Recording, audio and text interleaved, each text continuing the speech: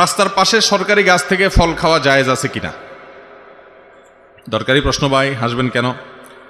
রাস্তার ধারে যে সমস্ত ফল গাছ থাকে, এই ফল গাছগুলো যদি বিশেষ কোনো ব্যক্তি মালিকানাধীন ফল না হয়, সরকারি গাছে সরকারি রাস্তায় সরকারি গাছে অনেক সময় ফল হয়, বা অনেক সময় ব্যক্তি মালিকানাধীন হলেও সেটাকে অনেক সময় রাস্তার ধারে এভাবে ওপেন রেখে দেওয়া হয়, এটার ফল এগুলোকে হেফাজত করার জন্য, সেভ করার জন্য, নিরাপদ করার জন্য কোনো আয়োজন থাকে না, ওপেন থাকে।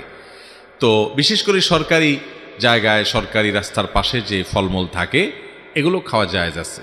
এগুলো চাইলে কেউ খেতে পারেন, যেহেতু এগুলোকে সংরক্ষণের কোনো ব্যবস্থা করা হয় নাই, এর মানে এটা ওপেন, এটা উন্মুক্ত আছে, এটা চাইলে কেউ খাইতে পারে। একটা হাদিসে নবী করিম সাল্লাল্লাহু আলাইহি সাল্লাম বলেছেন, কেউ যদি কোনো ফলের বাগানে যায়, সে সেখানে খেতে পারবে, কারণ তখনকার সমাজে বাগানে গেলে খাওয়ার পারমিশন সবাইকে দিত। এখনও আছে অনেক দেশে পৃথিবীতে যে ওখানে ঢুকলে খেতে পারেন, কিন্তু সে অনেকগুলো ভরে নিয়ে আসবে, এই সুযোগ নাই, এই অনুমোদন দেওয়া হয় না।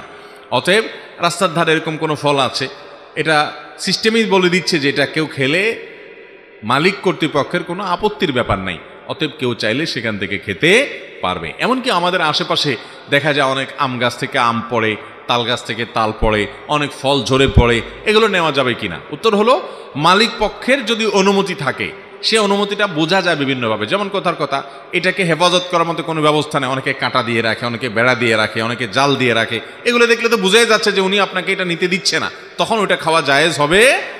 কিন্তু যদি দেখেন যে না, এরকম কোনো সেফটি সিস্টেম উনি রাখেন নাই, তার মানে তিনি এটা পারমিশন দিয়ে রাখছেন, আপনি সেটা খেতে পারবেন ইনশাআল্লাহ।